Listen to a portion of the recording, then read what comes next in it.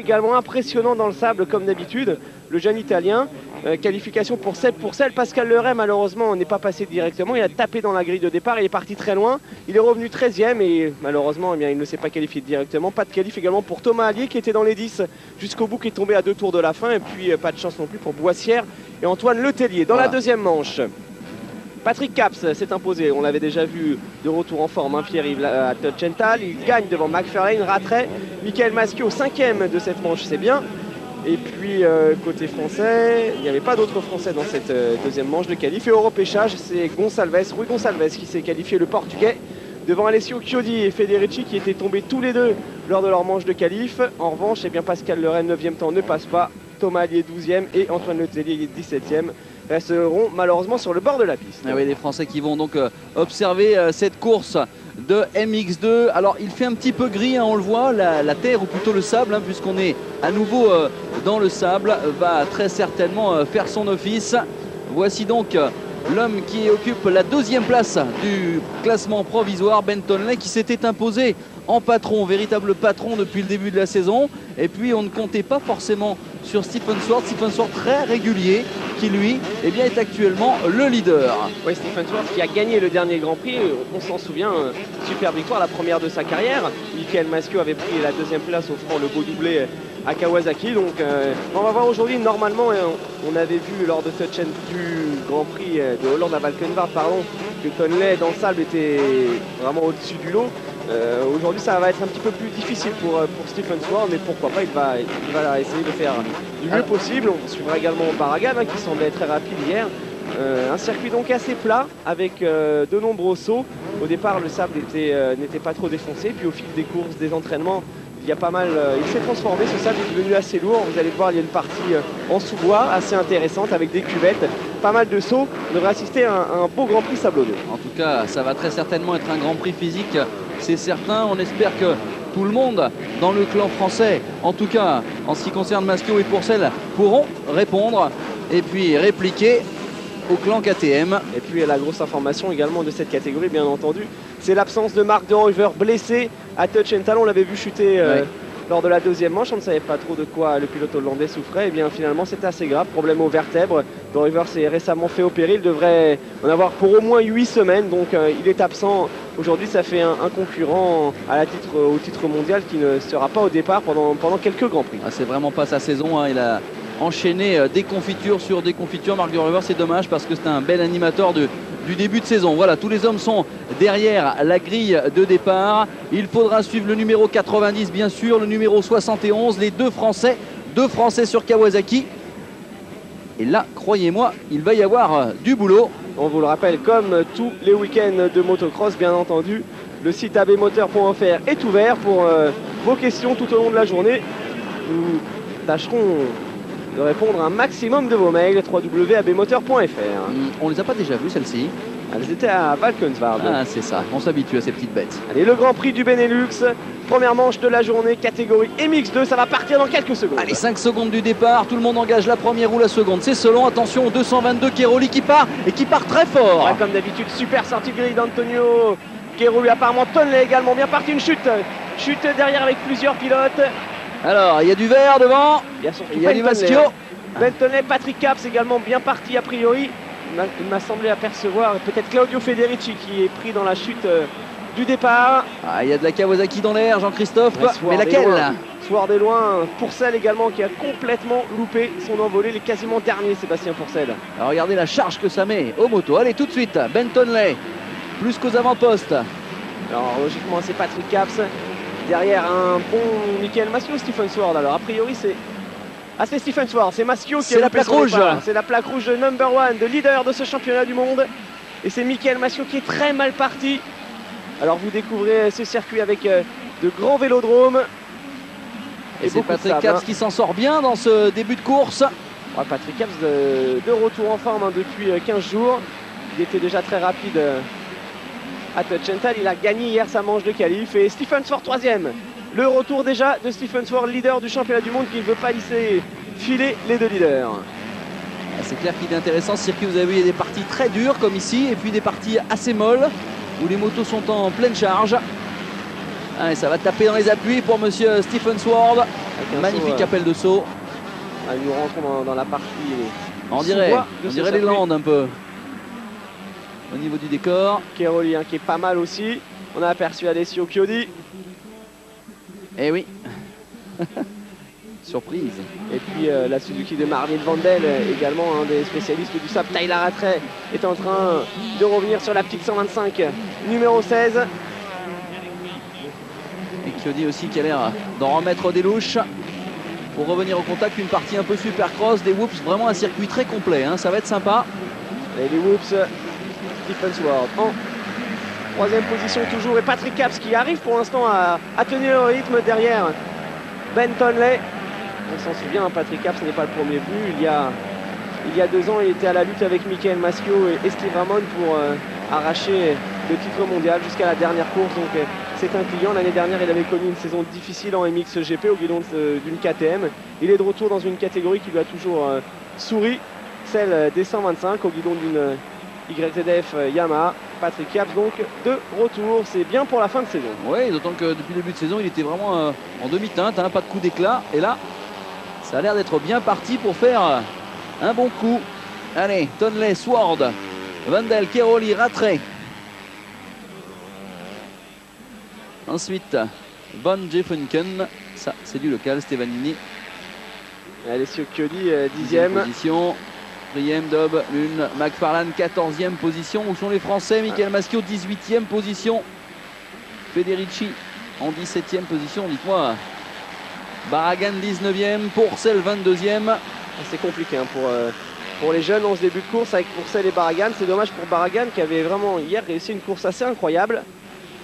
Et puis confirmation une nouvelle fois eh bien, de l'étoile montante du cross italien, Antonio Cairoli, qui confirme, on l'avait vu réaliser son premier podium déjà dans le sable, premier podium de manche à Valkenswaard sur un circuit eh bien, un nouveau sablonneux aujourd'hui. Il est très à l'aise, Antonio Cairoli, pour l'instant dans le top 5, mais attention quand même, car derrière il y a un client qui était en train d'effectuer une belle remontée, c'est Tyler Rattray. Oui, Tyler Rattray apparemment a son mot à dire dans cette manche. C'est clair qu'avec l'absence de Marc de Ruyver, ça va certainement lui donner des ailes. Ils sont quand même très très concurrents, ces deux garçons-là. Et nous sommes avec Stephen Sword à l'attaque sur la Kawasaki. Toujours en 3e position. Stephen Sword en tête de ce championnat du monde. Avec 3 petits points d'avance seulement sur Ben Tonley. Donc c'est extrêmement serré entre les deux hommes. Mais Stephen Sword a bien réussi un beau début de course. Hier, il avait un petit peu plus galéré lors de sa manche de qualif. Il a bien travaillé dans le sable, Stephen Sword, et il faut limiter la casse aujourd'hui car ça risque quand même d'être difficile d'aller chercher un Ben Tonley dans ces conditions. Vous avez vu que Cairoli utilise des lignes assez rapides. Il a l'air de revenir au contact. Ouais, d'ailleurs, Stephen Sword a acheté un petit coup d'œil derrière. Il s'est dit, mais quel est le pilote qui est en train d'attaquer fort comme ça? C'est clair. Mais l'homme le plus dangereux, je pense, pour Stephen Sword dans les minutes qui viennent, c'est surtout Tyler Rattray qui actuellement occupe la 6e place, mais il revient. Alors on a vu que Cairoli faisait souvent de très belles premières manches et puis ensuite sa jeunesse et son physique ne suivent pas lors de la seconde, du moins sur la durée. Il est quand même capable sur la première manche de faire un gros coup d'éclat et j'ai la sensation qu'il a de la vitesse, Antonio Cairoli, aujourd'hui. Ouais, il est pas mal, il va chercher les extérieurs. Énorme attaque, vous avez vu ça, hein, tout à l'embrayage. Il va taper dans les appuis. Ouais, il résiste bien pour l'instant hein, à Tyler Rattray. Tyler Rattray est propre également. Hein. Pourcel, 23e à l'intérieur peut-être, justement l'attaque de Rattray. Il en fait peut-être un petit peu moins Tyler Rattray, mais c'est efficace. Allez, tout de suite l'attaque de Tyler Rattray sur Antonio Cairoli. Rattray qui a re-signé chez KTM, il sera encore là l'année prochaine dans les rangs de la firme autrichienne. Aujourd'hui, dans le paddock de Lichtenvoorde, il y a d'ailleurs un autre officiel KTM, Eric Higgins, qui devait rouler cette année en tant que pilote sur la 254 temps. Eric Higgins blessé au dos, qui eh bien, espère effectuer son retour sur une moto d'ici quelques semaines. Mais Eric Higgins a pris environ 10 kg. Il n'a pas l'air très en forme physiquement. Il y a beaucoup de boulot a priori pour le pilote hollandais avant de retrouver son meilleur niveau. Avec problème pour Capps. Chute de Patrick Capps qui a commis une erreur. Patrick Capps qui occupait la 2e position de cette manche. Ben Tonley toujours en tête forcément. Sword désormais second devant Cairoli et Tyler Rattray. Ah, c'est pratiquement le schéma idéal hein, pour Stephen Sword. Il ne perd pas le contact. Bentonley devant. Il est reparti Patrick Capps. Il va être en voici Bentonley. 5e ou 6e position. Vous avez vu cette position très très droite hein, sur la moto ici. On charge beaucoup l'arrière. Il faut de la traction dans le sable, hein, c'est clair. Il est appliqué, hein, Bentonley. Regardez, il est en train de creuser l'écart, Bentonley. Et il tourne en 2,09, Bentonley. C'est l'homme le plus rapide en piste. Vous avez vu comme elle charge les motos là. Ah, le sable doit être d'une mollesse à cet endroit. Alors que derrière l'attaque peut-être de Rattray sur les sauts. On le voit, Tyler Rattray obligé de composer, d'attaquer au maximum avec sa petite 125. Ah oui, c'est énorme, hein. Le 2 temps et le 4 temps. Là, on voit vraiment des styles de pilotage très différents. Tyler Rattray qui occupe quand même la 3e place hein, du classement provisoire du championnat du monde. Excellente saison pour l'instant du jeune sud-africain. Très régulier hein, depuis le début de saison et puis à l'affût des bons coups. Ouais, il a déjà gagné un grand prix en Espagne dans la boue. Et encore aujourd'hui, il est dans le coup pour aller chercher un podium de manche. Et Cairoli qui se rapproche de Stephen Sword. Stephen Sword un petit peu en difficulté en ce moment. Alors c'est sympa, devant on roule en 2,09,600 pour Bentonley. Derrière, Sword, Capps, Cairoli, Rattray sont tous en 2,10 et après ça tombe vraiment très loin. Avec des pilotes comme Marvin Mandel en 2,13, Stefanini 2,13, Alessio Chiodi 2,14. Donc les premiers qui creusent vraiment l'écart. Côté français, eh bien, ça se passe moyennement pour Michael Maschio qui est en train de revenir. Il est 17e seulement. Sébastien Pourcel est encore plus loin. Donc une course compliquée pour l'instant pour les pilotes tricolores. Allez, attaque peut-être de Cairoli, Pierre-Yves, qui est revenu au contact et qui a des lignes complètement différentes. Ah, c'est incroyable. Il est clair qu'Antonio Cairoli trouve des solutions manifestement pour aller plus vite et inquiéter le leader de ce championnat du monde MX2. Il est plus que décomplexé, on peut le dire, Cairoli là. Il a carrément passé la vitesse au-dessus. Mais regardez Tyler, ouais. Tyler Rattray qui en a profité. Un Cairoli qui a perdu un petit peu de temps en allant chercher cette ligne à l'extérieur. Du coup, Tyler Rattray, a réussi à trouver l'ouverture. À mon avis, Tyler Rattray a la vitesse pour contrer Stephen Sword. Mais attention, regardez cette attaque énorme, ouais. D'Antonio Cairoli qui repasse, qui a jeté un petit coup d'œil. Vous avez vu, il a allongé. C'est pas facile, hein. Regardez, ça se croise, ça se recroise. En plus, ils ont des petits problèmes de visibilité avec les jets de sable. Bon, ça va être magnifique cette bataille à 3. Ouais, ce qui est sûr, c'est que Sword est en train de perdre légèrement pied hein, en ce moment. Ouais, voilà l'attaque à nouveau sur ce saut, il est toujours quasiment 2-3 mètres plus loin que ses concurrents. À l'intérieur, c'est passé, bien joué, impeccable. Il vient de gagner 2 places en un demi-tour quasiment, Tyler Rattray. Il est second, travail, Cairoli attaque à son tour. Antonio Cairoli déchaîné, il veut aller chercher ce 2e podium de sa carrière. 2e podium de manche. Ah, croyez-moi, il en a les moyens aujourd'hui. Ah, ce qui est vraiment étonnant hein, chez ce jeune garçon, il découvre le championnat du monde. En Italie, il n'y a pas beaucoup de circuits sablonneux, donc forcément, c'est pas. Regardez à l'intérieur, c'est fait. Et regardez, eh bien, il est vraiment incroyable dans ces conditions, à la lutte avec le leader du championnat du monde et même plus rapide en ce moment. En tout cas, le duo Yamaha-Cairoli fait merveille. Et on entend la petite 125 de Tyler Rattray qui donne tout ce qu'elle a pour contrer le couple des 4 temps. Et Stephen Sword qui résiste quand même à la fougue de la jeunesse d'Antonio Cairoli. Ah, c'est magnifique cette bagarre, donc Christophe. Très certainement une des plus jolies bagarres depuis le début de championnat. Ça met vraiment du gros gaz dans les vélodromes, dans les appuis. Ça gaze sévère, c'est clair. Et tout de suite, hein, Tyler Rattray, il en a profité pour s'échapper. Rattray qui est l'homme le plus rapide en ce moment en 2,09,751 contre 2,10,372 pour Bentonley. Assez un client dans le sable, Tyler Rattray, au même titre que Tonley, que de Royver. C'est impressionnant l'abattage d'Antonio Cairoli. Il a vraiment un style, hein, c'est clair. Il a progressé hein, depuis le début de la saison. Il est rapide quasiment dans toutes les conditions. Techniquement, il est pas mal du tout. Ah, puis regardez, il utilise vraiment des parties de piste où les autres ne vont pas mettre les roues. C'est assez étonnant, hein, sa façon de gérer la piste aujourd'hui de ce Grand Prix du Benelux. On le voit vraiment casser les sauts au maximum. Ouais. Hein. Comme ici, il tombe plus tôt que Stephen Sword. Ça lui permet de réaccélérer. Depuis le début de saison, j'ai la sensation de voir James Stewart, quelque part. D'une certaine façon, il attaque et il maîtrise sa moto très violemment, un petit peu à l'image de Stewart. Il l'a contraint à faire des choses que les autres ne font pas. Alors ça va peut-être payer à terme. En tout cas, de l'autre côté de l'Atlantique, ça fonctionne bien. Regardez le rythme. Croyez-moi, aujourd'hui, il faut du souffle. Hein. Ah bah les Grands Prix dans le sable, c'est toujours plus fatigant, beaucoup d'ornières, des trous énormes. Peut-être justement en train de s'épuiser un petit peu en ce moment. Il en fait beaucoup sur la moto. Car regardez la différence devant. Il a un pilotage qui réclame beaucoup d'énergie. Forcément, il se dépense plus que Bentonley, plus également que Stephen Schwartz, qui est un pilote très sobre. Donc on va voir ce que ça va donner en fin de manche. En tous les cas, pour le moment, Bentonley en tête, qui a une bonne marge d'avance. Hein. Regardez sur Tyler Rattray qui arrive là-bas sur le saut. 3e place pour Stephen Schwartz, Keroli 4e. Et Patrick Caps toujours 5e. Marvin Vandel en 6e position sur la 250 RFZ Suzuki. Chiodi 8e. James Dobb en 9e position. Andrew McFarlane est 11e. Côté français, eh bien, Michael Maschio toujours 17e. Seb Pourcel 22e.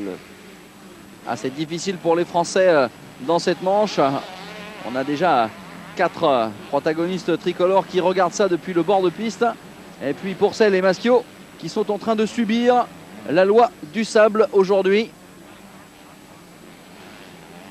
Avec des ornières énormes et effectivement, plus ça va aller, plus ça va être compliqué. Le pilotage ici, les réglages de suspension également. Même s'il y a certains amortisseurs qui sont prévus pour ne pas changer, avec des capteurs de température pour ne pas changer de qualité tout au long d'une manche. Croyez-moi, ça doit quand même sauvagement attaquer la partie cycle, tout ça. Alors on parlait des pilotes français, on peut faire un petit coucou au motoclub angérien qui accueillera bientôt ce championnat du monde de motocross avec le Grand Prix de France à Saint-Jean-d'Angély le 6 juin prochain.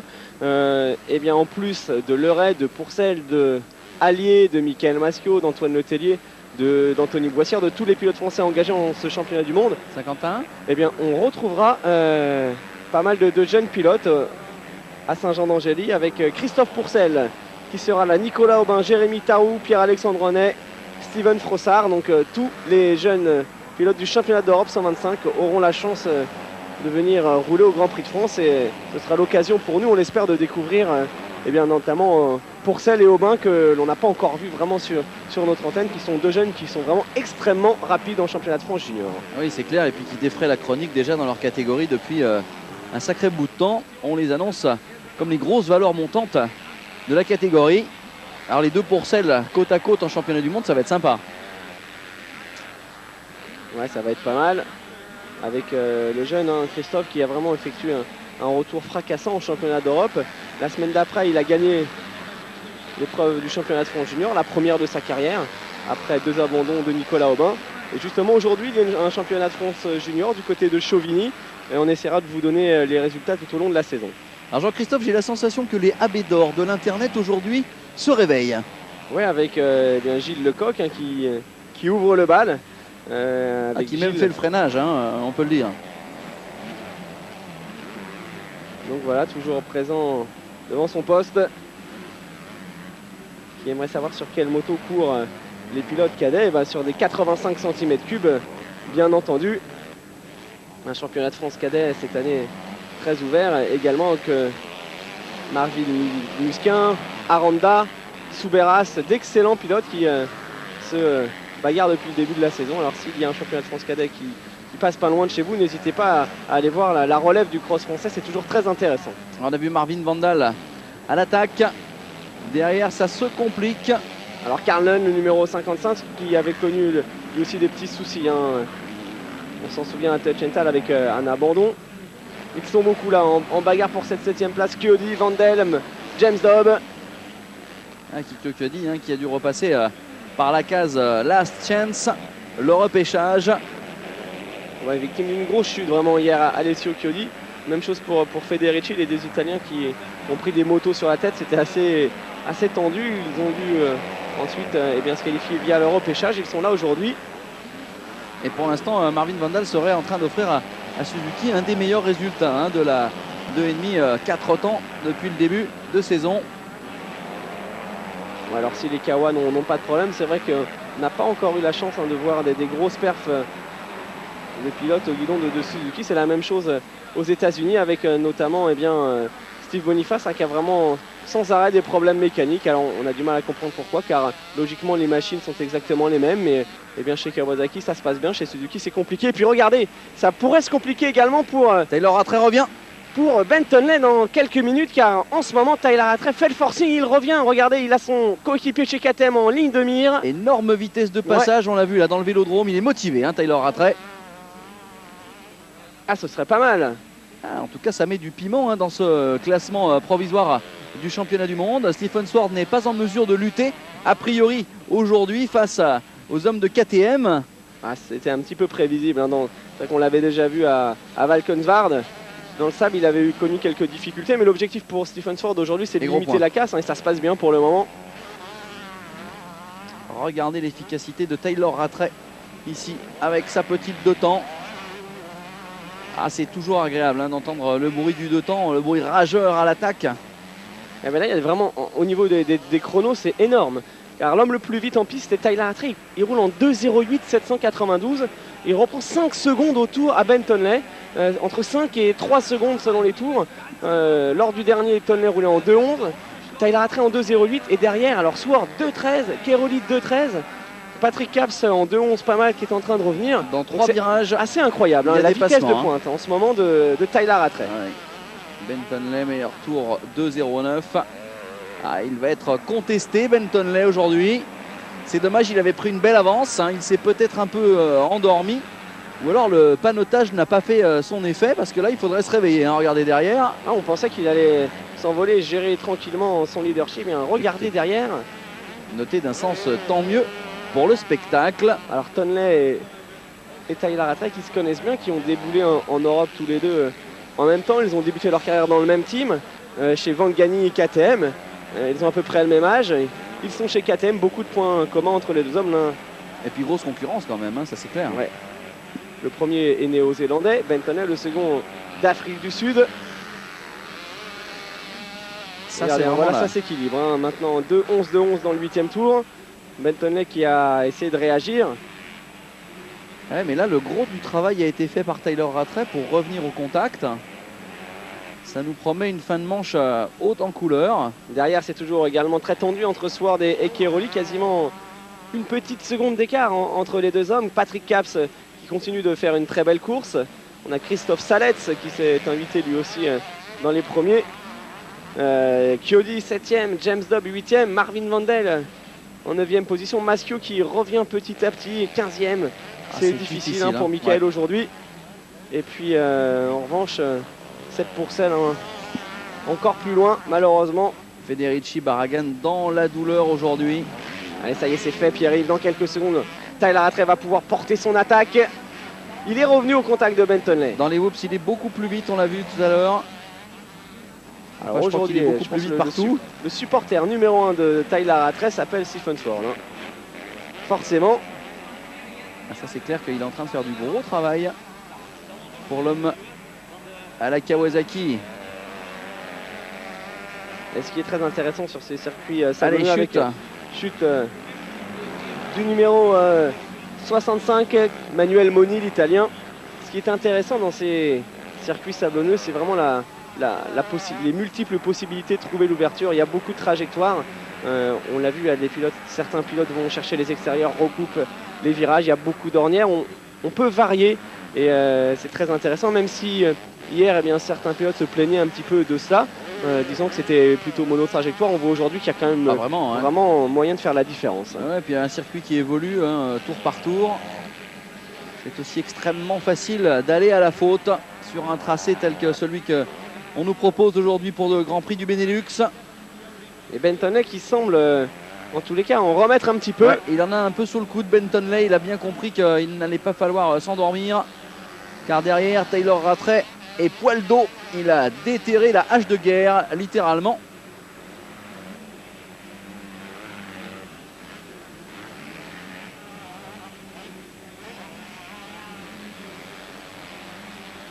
Grosse vitesse de pointe de ces garçons.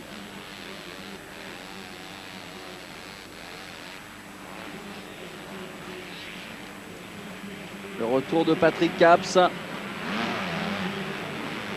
lui aussi qui avait fait un très beau début de manche. Ah, là on voit que ça commence sérieusement à se creuser, hein, Pierre-Yves, dans cet enchaînement là.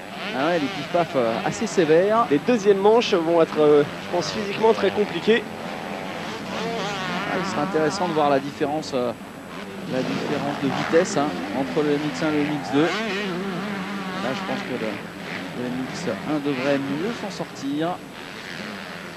Parce que parfois, les petites 2,5, 4 temps font merveille et se rapprochent de la catégorie reine.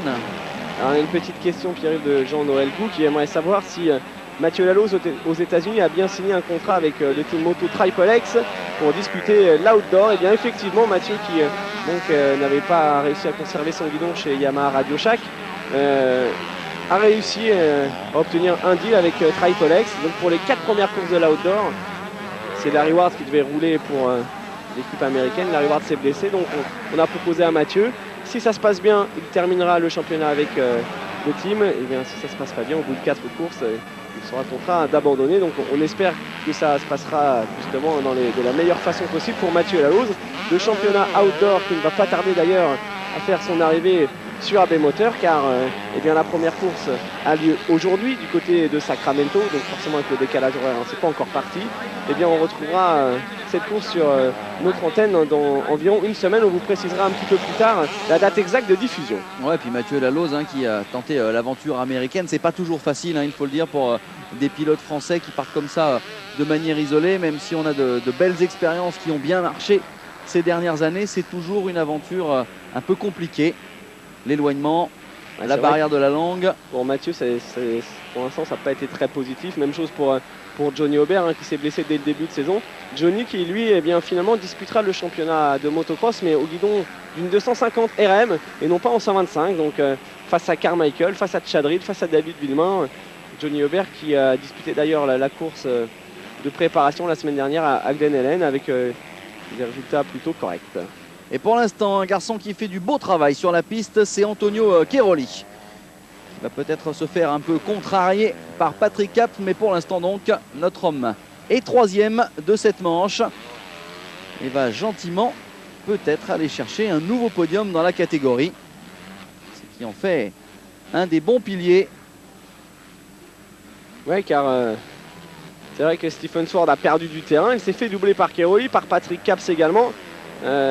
C'était un petit peu prévisible, hein. Caps va vite, Cairoli également dans le sable, et puis Stephen Sword eh bien, a du mal, c'est confirmé aujourd'hui, il est 5e, l'ancien leader du championnat du monde, car eh bien, désormais avec le leadership détenu par Ben Tonley, la plaque rouge reviendrait à nouveau sur la KTM. Ouais, c'est clair que hein, ça s'en va et ça en revient. Hein. Ben Tonley donc toujours en tête, il contrôle retraite 2 secondes d'écart entre les deux hommes. Cairoli qui roule dans les mêmes temps quasiment que les 2 coéquipiers de chez KTM. Donc grosse perf de Cairoli qui s'affirme comme lui aussi un spécialiste du sable. C'est incroyable. Patrick Caps toujours 4e, Sword 5e, Salets, Chiodi, James Dobb, McFarlane qui revient petit à petit. Il est 9e, Andrew McFarlane devant Carl Nunn. Michael Massio 13e, il a gagné 2 places.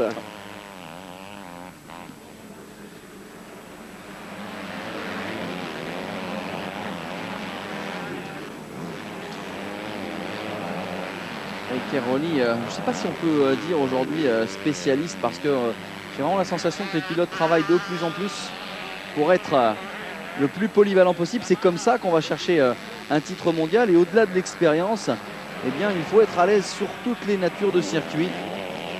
Il ne suffit pas d'être un avion de chasse dans le sable ou sur le sec dans le dur. C'est comme ça qu'on construit une carrière et un titre, et de plus en plus les pilotes en plus voyagent dans le monde entier pour aller s'entraîner à l'intersaison sur ces différentes natures de terrain. Ah, c'est un vrai job. Chiodi qui revient, Michael Massio qui a gagné 2 places. Jean-Christophe, 13e position pour Michael Massio, qui décidément cette saison est vraiment dans la souffrance et qui doit à chaque fois remettre des louches pour ne pas perdre trop de terrain. Ouais, Michael qui était très à l'aise à Touch and Tal aujourd'hui, il a complètement loupé son départ. Forcément après c'est compliqué avec un bon départ. Michael Massio, il est capable de faire un top 5 aujourd'hui, mais forcément il faut bien partir, car on l'a vu depuis le début de la saison, ce championnat est très homogène, même si devant eh bien, Ben Tonley se détache un petit peu. en vitesse de pointe pure. Derrière, c'est assez serré, donc quand on part pas bien, forcément, ça se complique. Bentonley d'ailleurs qui est à nouveau l'homme le plus vite à 8 minutes de la fin. Il a senti la pression de Tyler Rattray, il en avait encore un petit peu sous le coude, il a réaccéléré. À nouveau il roule en 2.10 alors que Tyler Rattray est en 2.11. Une seconde d'écart au tour. Du coup Bentonley a de nouveau pris un petit peu l'avantage sur son coéquipier. En tout cas Rattray qui a fait un énorme effort pour revenir à cette deuxième place avec de toute manière les meilleurs chronos du jour. Avec une chute de Cherubini. Luca Cherubini, pilote italien, il est sur une en plein dans la trajectoire. RMZ 250. Voilà, il va falloir se sortir de cette mauvaise passe. Quand on est à 8 minutes de l'arrivée comme ça et qu'on chute, croyez-moi, c'est difficile de revenir. Bentonley en patron, vraiment dans cette manche. C'est nickel. Rattray qui est revenu, il a réaccéléré et à nouveau c'est lui le plus vite en ce moment. 5 secondes d'écart, il y en avait 2 il y a seulement un tour et demi. Ouais, il était à 1,06 Tyler Rattray. Alors soit il a commis une petite faute, ce qui est complètement plausible sur ce tracé, soit tout simplement Bentonley a remis du gros gaz.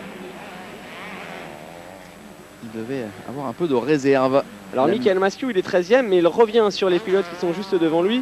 Il a seulement 2 secondes de retard sur Stevanini qui est 11e. Il y a pourquoi pas le top 10 en point de mire pour Michael qui est l'un des hommes qui est les plus rapides dans le peloton de chasse derrière. Donc à suivre la remontée de Michael Masciu. C'est peut-être lui d'ailleurs que nous sommes en train de voir à l'image. Oui, il est là Michael Masciu, voilà. Justement. Il revient sur Stevanini, derrière il y a Edgar Leoc qu'on a aperçu, le numéro 76 sur la petite KTM. Allez Michael Masciu, tous les points sont importants. Le réalisateur a bien senti qu'il se passait quelque chose du côté de la 11e place. Ça va vite derrière également avec Edgar Leoc qui était mal parti. Edgar Leoc qui avait réussi un début d'année assez étonnant. Depuis quelques courses, il est rentré dans le rang. On pensait le retrouver à son meilleur niveau aujourd'hui dans le sable car lui aussi est l'un des spécialistes de la silice. Mais à l'image de Masciu, il est mal parti donc forcément ça se complique. Masciu qui a l'air d'être un tout petit poil dans la souffrance aujourd'hui. Allez Michael, il faut aller chercher Stevanini. Derrière en revanche, Sébastien Pourcel n'est plus du tout dans le coup. Sébastien Pourcel qui a même abandonné dans cette première manche. Un championnat du monde MX2, Jean-Christophe, quand même très compact, avec beaucoup de pilotes capables de faire des coups d'éclat, beaucoup de pilotes capables de faire vraiment des podiums. Ça, c'est quand même un peu une nouvelle donne. Ouais, ça s'est resserré. Tout le monde dispose quasiment de 254 temps, c'est très ouvert. On l'a vu hier par exemple avec Pascal Leray, le pilote français qui était parti quasiment dernier. Il est revenu à une place de sa qualif, donc il faisait partie des plus rapides de cette manche quasiment. Et du coup après au chrono, il n'arrive pas à se qualifier car ça se joue sur un tour. C'est compliqué, donc c'est vraiment une catégorie très ouverte. En tous les cas, la bonne nouvelle c'est que Masciu vient de prendre le meilleur sur Stevanini. Ouais, c'est clair, il se bagarre, Michael Masciu, et ça, on ne peut rien lui reprocher. Le pilote français, il est généreux et même quand il parle mal, il fait tous les efforts possibles pour revenir. C'est un battant, Michael Masciu. Il l'a prouvé il y a 15 jours à Touch and Town en terminant 2e du Grand Prix avec 2 podiums de manche. Masciu qui, on vous le rappelle, occupe la 5e place du classement provisoire en bagarre avec notamment Cairoli, avec McFarlane. McFarlane qui fait un mauvais résultat aujourd'hui. Ouais, même chose, il est mal parti, c'est son problème également à l'Australien depuis quelques temps. Il avait très bien débuté la saison et puis depuis quelques courses il n'arrive plus à partir devant, donc obligé de se bagarrer. Il est revenu dans le top 10 pour l'instant, il va encore limiter les dégâts, mais petit à petit il va perdre des points par rapport notamment à Tyler Rattray. On sait que les deux hommes sont quasiment au coude à coude au classement provisoire. 152 points pour Rattray qui est 3e, 150 pour McFarlane qui est 4e. Eh bien, Rattray va creuser un petit peu l'écart au niveau de cette 3e place provisoire. Et Tonley qui est impérial aujourd'hui, on le voit. Il impose son pilotage. Il n'est pas très impressionnant, mais il est très très propre. Regardez comme il allonge les sauts. Il soigne ses freinages. C'est vraiment... On voit là la différence. On a vu tout à l'heure Michael Masciu dans cette ornière. qui a mis le pied. Il est allé très prudemment. Là, Tonley, il n'hésite pas, il se jette dedans. Un petit coup de gaz, un coup d'embrayage et c'est vendu. Tonley qui a décidé de s'installer en Belgique depuis son arrivée en Europe. Il vit avec Josh Coppins, donc forcément quand on est en Belgique, on va s'entraîner dans le sable. Il a beaucoup progressé. D'entrée, il a affiché de belles dispositions dans le sable avec il y a quelques années à Valkenwaard un premier podium de manche.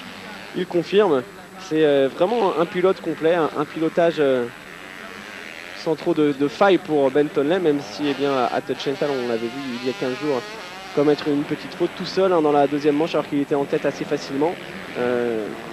Heureusement pas de blessure et il revient ici. Alors dans le dernier tour, Jean-Christophe, Tyler Rattray est en train de revenir 2 secondes plus vite. On a vu que le temps était en train de se réduire entre les deux. Regardez, on fait un petit comparatif du tableau de marche.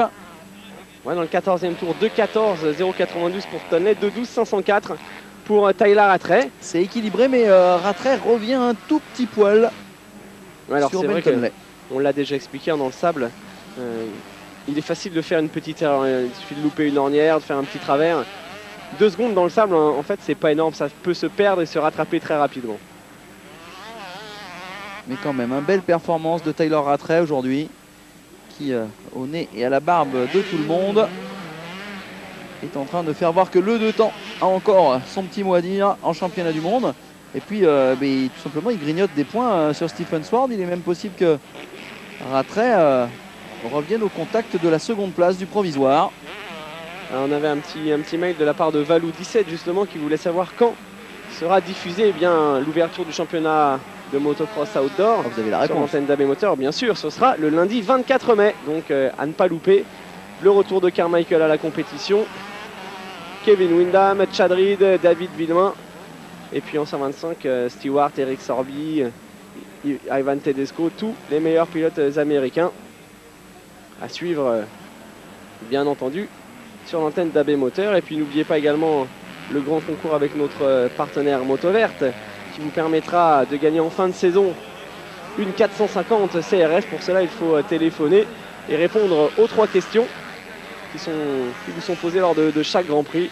Ça vaut le coup car récupérer la même moto que Michael Pichon à la fin de l'année, c'est plutôt sympa. C'est plutôt sympa. Puis pour ceux qui aiment le sport US ou en tout cas le sport original, une nouvelle catégorie va arriver sur les antennes d'AB Motor avec le Legend Car Series. Alors c'est un petit peu c'est des voitures et ça ressemble un poil à la voiture de ZZ Top avec un moteur de 1200 Yamaha dedans. Ça prend 220 avec des pneus qui glissent beaucoup. Et à partir du mois de juin, il y aura 3 manches de ce premier championnat français de Legend Car Series. Un championnat qui a été mis en place par Jean-Philippe Dérault, ancien grand pilote de quad et grand pilote automobile, qui avait notamment été officiel. La chute de Michael Maschio qui était pourtant revenu aux abords du top 10. Michael Maschio à terre, malheureusement, c'en est terminé pour lui. C'est dommage, il avait fait le plus gros du travail. Michael Maschio parti très loin, revenu quasiment 10e. Il a l'air épuisé, Michael Maschio.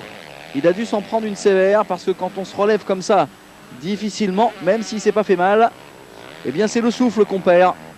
Devant toujours Ben Tonley, leader de cette manche, leader quasiment depuis le premier tour. 4 secondes d'avance sur son coéquipier Tyler Rattray qui fait le forcing, qui essaie de revenir.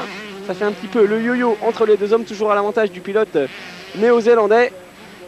Tyler Rattray dans la section de Whoops. Elles sont longues ces Whoops, les petites 125, elles ont du mal avec la charge que le sable leur met. Il faut faire parler la puissance et s'extraire de cette difficulté. Chiodi revenu en 7e position, McFarlane 8e. Tannen Lehoc qui fait une manche raisonnable en 11e position. Et Barragan qui est revenu, il est 14e le jeune espagnol, il était très loin tout à l'heure. Il confirme son excellente prestation d'hier après-midi lors des chronos. Et Jonathan Barragan qui fait lui aussi partie des espoirs un petit peu de ce championnat du monde. Et MX2 est espagnol, alors là c'est pareil, on se dit en Espagne on aime les circuits durs quand ça va vite. Eh bien c'est pas le cas de Barragan, il déteste les circuits durs, il aime bien la boue, il aime bien le sable. Ouais, c'est très paradoxal tout ça. Allez, 2 tours de l'arrivée pour le leader. Un Tonley qui n'aura pas été contrarié ou très peu. Et à distance. Et encore 2 tours donc.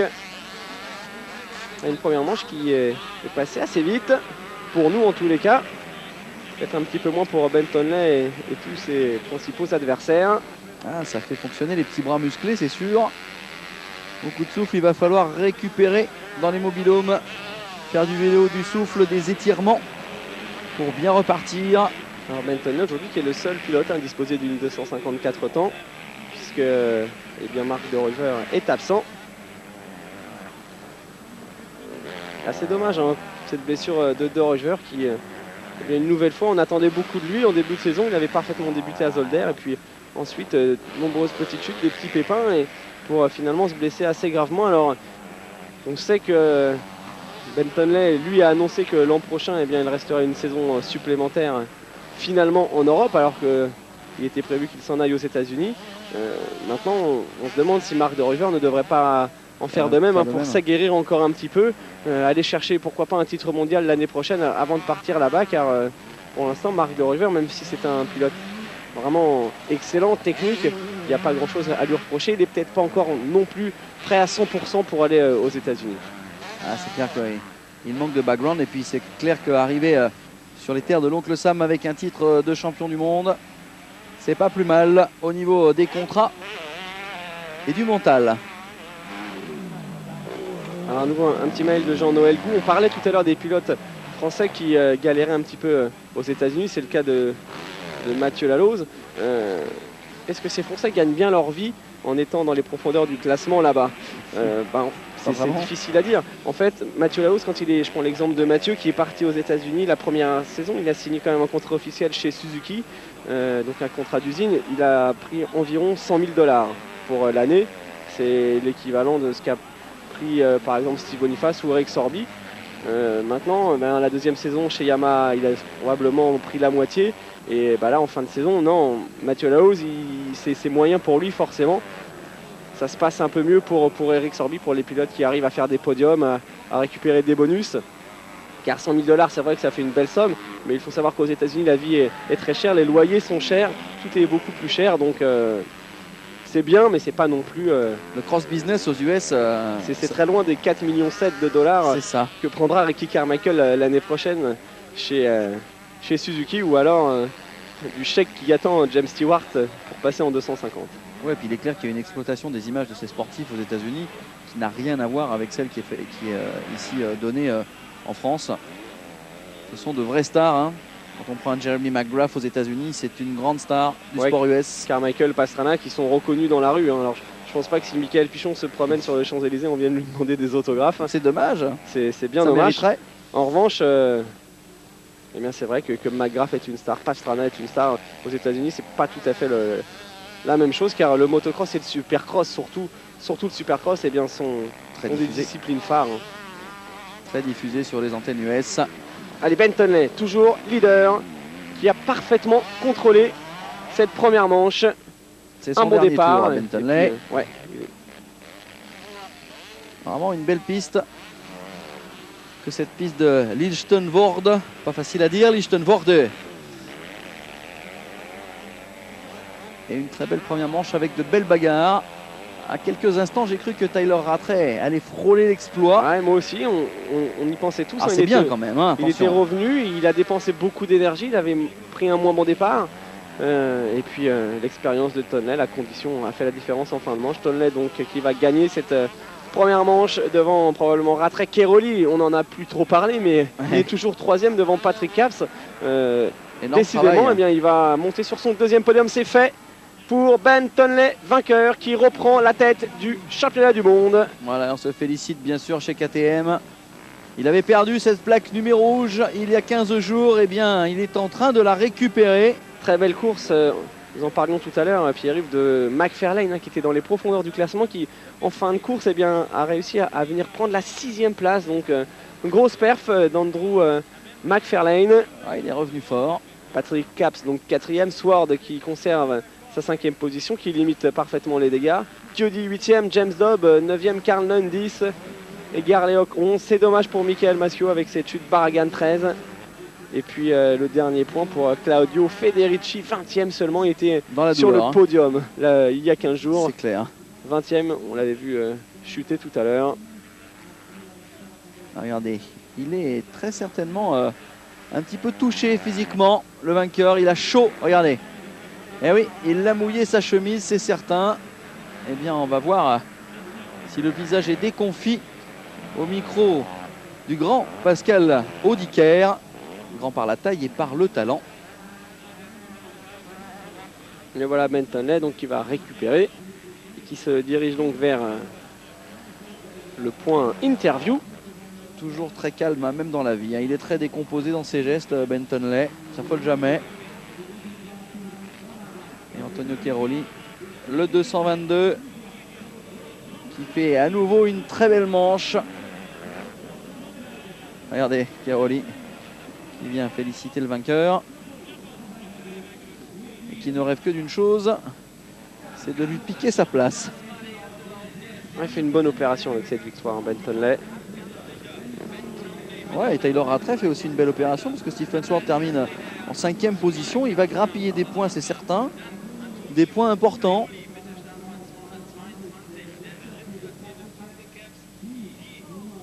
Alors. Ouais, tout le team KTM hein, aux petits soins pour Bentonley. Le team 125 managé par Kees van der Ven, ancien vainqueur de l'enduro du Touquet. Ah oui, le sable, ça lui connaît. Van der Ven qui a travaillé avec Grant Langston, avec James Dobb, qui a obtenu beaucoup de titres pour KTM en 125. Bentonley, Rattray, Cairoli, donc le podium. Voici les résultats complets. On vous laisse les découvrir. Avec le Belge Christophe Saletz en 7e position sur la Honda. Meilleure performance pour ce jeune pilote, numéro 121, Chiodi, 8e. Et puis la suite du classement. James Dobb, Carl Nunn, les Anglais dans le top 10. Dobb hein, qui n'arrive pas à trouver vraiment son rythme avec la Honda depuis le début de saison. Il y a eu du très bon et puis quand même beaucoup de demi-teintes. 22e position pour Michael Maschio. James Dobb qui est toujours aux alentours de la 8-9e place. Hein. Il enchaîne des performances correctes sans que ce soit vraiment impressionnant. Mais bon, au final, il va terminer dans les 10. C'est une déception. On le pensait capable de se battre pour le titre mondial. Il avait été champion du monde 125 il y a quelques années au guidon d'une 125 KTM. Après 2 saisons compliquées chez les MXGP. Avec ce retour, on pensait que ça se passerait un petit peu mieux. Déception hein, pour c'est clair. Du côté de ce pilote, James Dobb. Alors, est-ce que Bentonley est en mesure de nous donner ses impressions? Est-ce que tout est calé? Antonio, congratulations. Voilà. Alors, on va retrouver le 3e de cette manche. Antonio, quelle course? Un nouveau podium. Mi trovo molto bene sulla sabbia, anche perché quest'inverno mi sono allenato molto sulla sabbia. Alors, Antonio Cairoli qui nous dit hein, que bien, finalement, il trouve ses marques petit à petit dans le sable. Et que ça va de mieux en mieux, qu'il se sent bien au guidon de cette Yamaha et qu'il espère faire aussi bien dans la deuxième manche. Voilà, c'était donc une course difficile. Bon résultat, donc la traduction anglaise de Pascal Audiquer. On devrait retrouver maintenant bien le second de cette manche, Tyler Rattray. C'est une nouveauté. On va désormais retrouver les 3 premiers de chaque manche en interview et c'est plutôt sympa. Bah, c'est plutôt sympa.